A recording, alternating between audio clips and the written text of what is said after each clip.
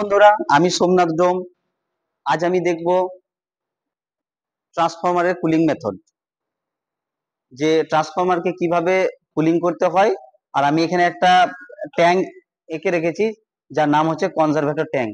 সবাই কিন্তু এই ট্যাঙ্কটার সাথে পরিচিত, যারাই ট্রান্সফরমার দেখেছো তারাই কিন্তু এই এই ট্যাঙ্কটার সাথে পরিচিত। প্রত্যেকটা ট্রান্সফরমারের ওপরে কিন্তু একটা করে কনজারভেটর ট্যাঙ্ক থাকে, বা আমরা কি বলতে পারি, বা রিজার্ভার ট্যাঙ্কও বলতে পারি, যেটাকে আমরা বলছি কনজারভেটর ট্যাঙ্ক। তো ট্রান্সফরমার কি? ট্রান্সফরমার হচ্ছে একটা স্ট্যাটিক ডিভাইস। তো ট্রান্সফরমারটা কি কাজে ব্যবহার করা হয়? ট্রান্সফরমারটা আমরা সবসময় আমরা কি করি না, ট্রান্সফরমারকে স্টেপ আপ এবং স্টেপ ডাউন করার জন্য আমরা ব্যবহার করে থাকি। কি স্টেপ এবং স্টেপ আপ এবং স্টেপ ডাউন?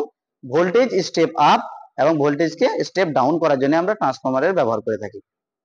তো ট্রান্সফরমারকে যে কুলিং, যে বড় বড় যে ইন্ডাস্ট্রিতে ট্রান্সফরমার গুলো, যে মেগা ভোল্ট অ্যাম্পিয়ারে যে ট্রান্সফরমার গুলো ব্যবহার করা হয়, সেই ট্রান্সফরমার গুলোকে কিন্তু আলাদা পদ্ধতিতে কুলিং করতে হয়। তো সেই আলাদা পদ্ধতিতে কুলিং করতে কি কি পদ্ধতি রয়েছে সেগুলি জানবো, এবং আমাদের যে ডিস্ট্রিবিউশন পারপাসে যে ট্রান্সফরমার গুলি ব্যবহার করা হয় সেগুলিকেও কিন্তু আমরা কুলিং করে থাকি। তো সেটা আমাদের কি না, রেডিয়েটরে বা আমার হিট সিঙ্ক এর মাধ্যমে আমরা এটাকে কুলিং করে থাকি, যেহেতু বেশি লোড ওগুলো থাকে না। 63 কেভিএ থাকে, 100 কেভিএ থাকে, 25 কেভিএ থাকে। আর যেগুলি ইন্ডাস্ট্রিতে বা পাওয়ার প্ল্যান্টে ব্যবহার করা হয় বা সাবস্টেশনে ব্যবহার করা হয় সেগুলি আমাদের সব এমভিএ থাকে। তো সেইগুলিকে কিন্তু বেশি পরিমাণে কুলিং করা হয়েছে, প্রচুর পরিমাণে হিট হয়, তা সেইগুলিকে কিন্তু বেশি পরিমাণে আমাকে কুলিং করতে হয়। তো আজকে দেখবো কুলিং মেথড। আর আমি ট্যাঙ্কটা এঁকে রেখেছি, সেই ট্যাঙ্কটার মধ্যে কি হয়, এবং এটা হচ্ছে আমাদের ব্রিদার, বা এর মধ্যে রয়েছে আমাদের সিলিকা জেল। তো এইগুলি কি জন্য ব্যবহার করে সেগুলি আমরা জানবো। তো প্রথমে বলে রাখি যে কনজারভেটর ট্যাঙ্কটা কি। ট্রান্সফরমার আমরা জানি যে ট্রান্সফরমারের ভেতরে কি রয়েছে। ট্রান্সফরমার হচ্ছে একটা স্ট্যাটিক ডিভাইস। ট্রান্সফরমারের ভেতরে আমাদের রয়েছে কয়েল। সেই কয়েলটা কি করছে, থ্রি ফেজ ট্রান্সফরমার। কয়েলগুলি প্রাইমারি এবং সেকেন্ডারি কয়েল রয়েছে, সেটা প্রাইমারিতে সাপ্লাই দিচ্ছে এবং সেকেন্ডারিতে ভোল্টেজ একটা জেনারেট হচ্ছে। তো ট্রান্সফরমার আমরা আগে জেনেছি, আজকে আমি জানবো শুধু যে মেথড কিভাবে, কোন কোন মেথডে আমরা ট্রান্সফরমারকে কুলিং করে রাখি, আর এই কনজারভেটর ট্যাঙ্ক। তো কনজারভেটর ট্যাঙ্কটা কি?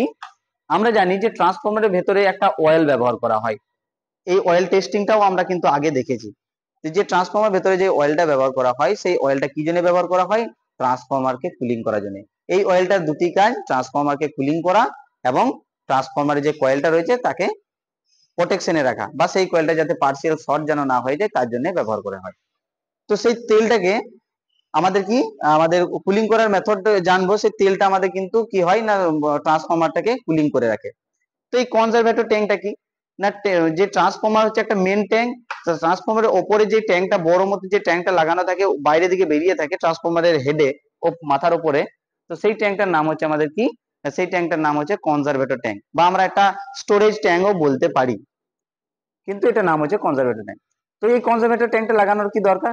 যখন ট্রান্সফরমার আমাদের হেভি লোডে চলতে থাকে, ট্রান্সফরমার যখন আমাদের অনেক লোডে চলতে থাকে, তখন সেই ট্রান্সফরমারটা কি হয় না, হিট হতে থাকে। ট্রান্সফরমারের ভেতরে যে তেলটা থাকে, সেই তেলটা আমাদের কি হয়, হিট হলে, জানি যে হিট হলে আমাদের সবকিছু জিনিসই আয়তনে বাড়তে থাকে। তো তেলটা আমাদের বাড়তে থাকে, গরম হতে থাকে।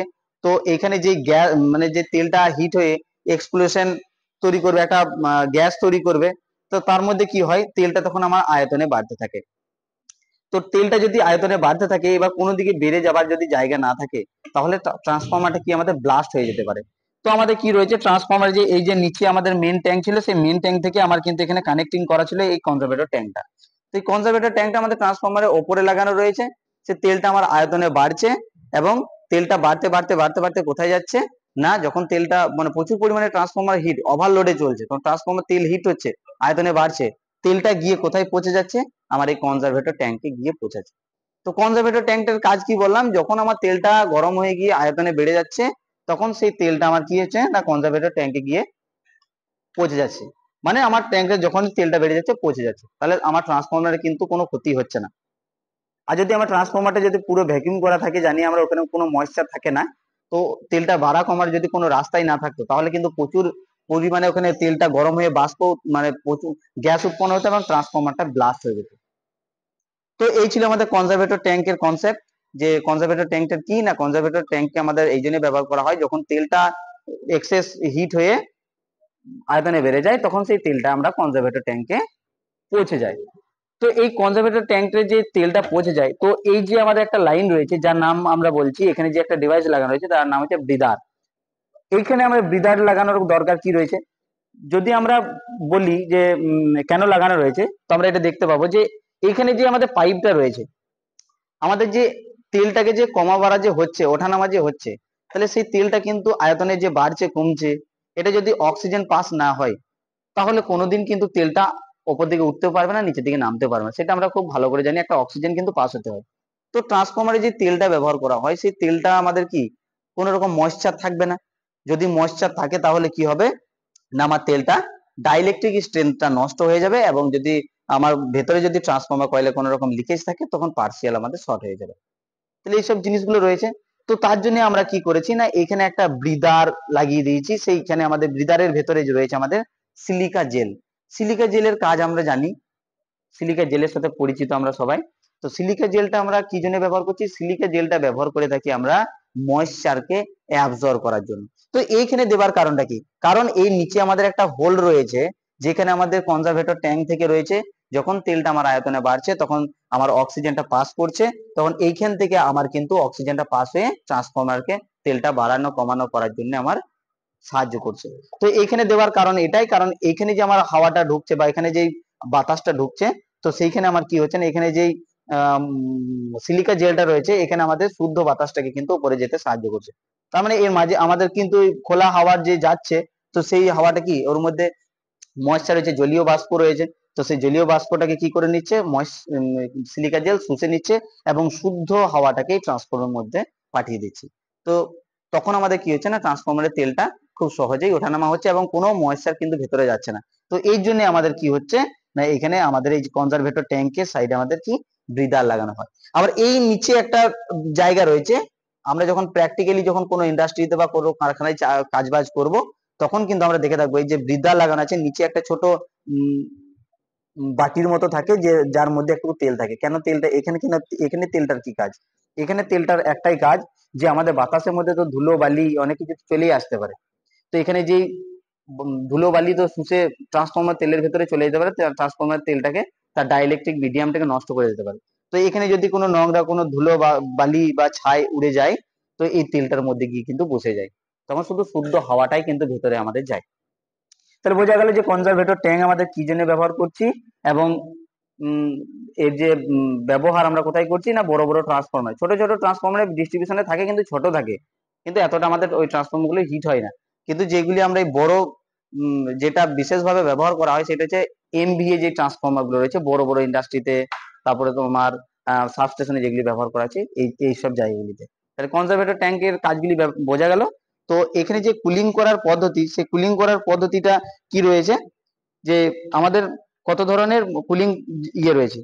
তো আমরা দেখে থাকি যে এখানে দুটি মিটারও ব্যবহার করা হয় ট্রান্সফরমার মধ্যে, যার নাম হচ্ছে ওটিআই এবং ডাব্লিউটিআই। ওটিআইটা কি অয়েল টেম্পারেচার, আর একটা হচ্ছে indicator, oil temperature indicator. WTI হচ্ছে ওয়াটার টেম্পারেচার ইন্ডিকেটর। তো অয়েল আর ওয়াটার কেন এখানে ইয়ে করছে, যখন আমার এই ট্রান্সফরমারটা প্রচুর পরিমাণে হিট হয়, যে তেলটা রয়েছে এই তেলটাকে ঠান্ডা করার জন্য কিন্তু ট্রান্সফরমারে জল পাঠানো হয়, কারণ ভেতরে আমাদের কি রয়েছে, পাইপ লাইন রয়েছে। তাহলে আমাদের কিন্তু দুটো টেম্পারেচার দেখতে হয়। এবার ট্রান্সফরমার ভেতরে আরো অনেক কিছু রয়েছে, যেটা ব্রিদার বললাম, এবং আরেকটা আমাদের যে সেফটি ডিভাইস রয়েছে যার নাম হচ্ছে আমাদের ব্রুকুজ রিলে। এই ব্রুকুজ রিলেটা কি না, ব্রুকুজ রিলেটা হচ্ছে যে ট্রান্সফরমার ভেতরে যখন মানে ইন্টারনাল শর্ট যখন হবে, যদি আমাদের ট্রান্সফরমার ভেতরের মধ্যে কোনো রকম শর্ট হয়ে যায়, তখন আমাদের কি হয় না, ওই ব্রুকুজ রিলেটা ট্রান্সফরমারটাকে পুরো সার্কিটটাকেই অফ করে দেয়। তো কোনো সময় অন্য একটা টাইমে আমরা দেখবো যে ব্রুকুজ রিলের কি কাজ, তার সাথে সাথে আমি বলে দিই যে যেটা আমরা জানার বিষয় সেটা হচ্ছে কুলিং। তো কত ধরনের কুলিং আমরা ব্যবহার করে থাকি, বা কুলিং মেথডটা কি রয়েছে, একটা হচ্ছে natural air method, air blast method, oil blast method, force aeration of oil, আর অয়েল অ্যান্ড ওয়াটার কুল, যেটা আমি এক্ষুনি বললাম যে তেল এবং জল। ভাববে হয়তো তেলে জলে একসাথে পাঠিয়ে দিচ্ছে, না, এখানে যে ট্রান্সফরমার ভেতরে যে তেলটা আছে তেলটা তো গরম হচ্ছে, তেলটাকে ঠান্ডা করার জন্য আমরা ফ্যানের ব্যবহার করে থাকি। আবার তেলটাকে ঠান্ডা করার জন্য আমরা ভেতরে ভেতরে যে ওর তেলের ইয়ের মধ্যেই আমরা যেমন বয়লার টিউব পুড়িয়েছিলাম, সেরকম আমাদের কি করা হয় না, ওখানে জল ব্যবহার করেছে, ঠান্ডা জল পাঠিয়ে তেলটাকে ঠান্ডা করা হয়। এটা হচ্ছে আমার oil and water cooled and force oil of water কুল। তাহলে এই হচ্ছিল আমাদের কি না আমাদের কুলিং মেথড, যে এতগুলি পদ্ধতিতে কিন্তু আমাদের ট্রান্সফর্মারকে কুল করতে হয়।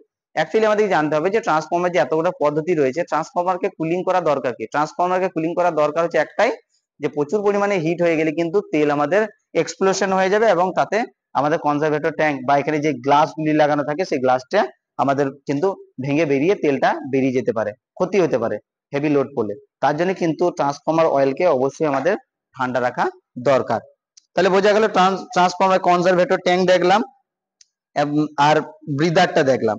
আমরা এবার এক্সপ্লোশন ভেন্ট বা টেম্পারেচার গেজ, কুলিং টিউব, এই যে কুলিং টিউব বলতে কোনগুলি, যেগুলি আমাদের ট্রান্সফর্মারের সাইডে সাইডে যেই টিউবগুলি দেওয়া থাকে যে হিট সিং এর কাজ করছে, সেগুলি আমার কি করছে না যদি ট্রান্সফর্মার যখনই গরম হচ্ছে তখন আমাদের ট্রান্সফর্মার কি করছে ওই তাপটা ওই টিউবের মধ্যে ছড়িয়ে যাচ্ছে। এক্সপ্লোশন ভেন্ট যেটা আমাদের ট্রান্সফর্মারে কি হচ্ছে, যখন আমাদের এক্সেস তেলটা প্রচুর পরিমাণে হিট হচ্ছে এবং সেখানে যে একটা গেজ থাকে, একটা কাঁচের একটা পাশে দেওয়া থাকে, যেটা আমাদের কি প্রচুর পরিমাণে যখন তেলটা গরম হয়ে যায় গ্যাসটা উৎপন্ন হয়, তখন সেই কাঁচটা বা সেই গ্লাসটা ভেঙে বেরিয়ে যায়, গ্যাসটা বেরিয়ে যায় বাইরের দিকে। তাহলে এইগুলি ছিল আমাদের মেথড, যে মেথড অফ কুলিং ট্রান্সফর্মার। তাহলে কনজারভেটর ট্যাঙ্ক কি জানলাম এবং ব্রিদার কি জানলাম, আর একটা হচ্ছে কি না সিলিকা জেল, যে সিলিকা জেলটা কেন এখানে সিলিকা জেল ব্যবহার করছি। ঠিক আছে, তো আজকে এই পর্যন্তই থাক। আমরা নেক্সট কোনো সময় আমরা এটা দেখব যে বুকুস রিলে ট্রান্সফর্মারে কি জন্য ব্যবহার করা হয় এবং WTI, OTI এইসব জিনিসগুলো কি আমরা জানবো, ট্রান্সফর্মার মধ্যে ট্যাপ চেঞ্জার কি সেগুলি জানবো।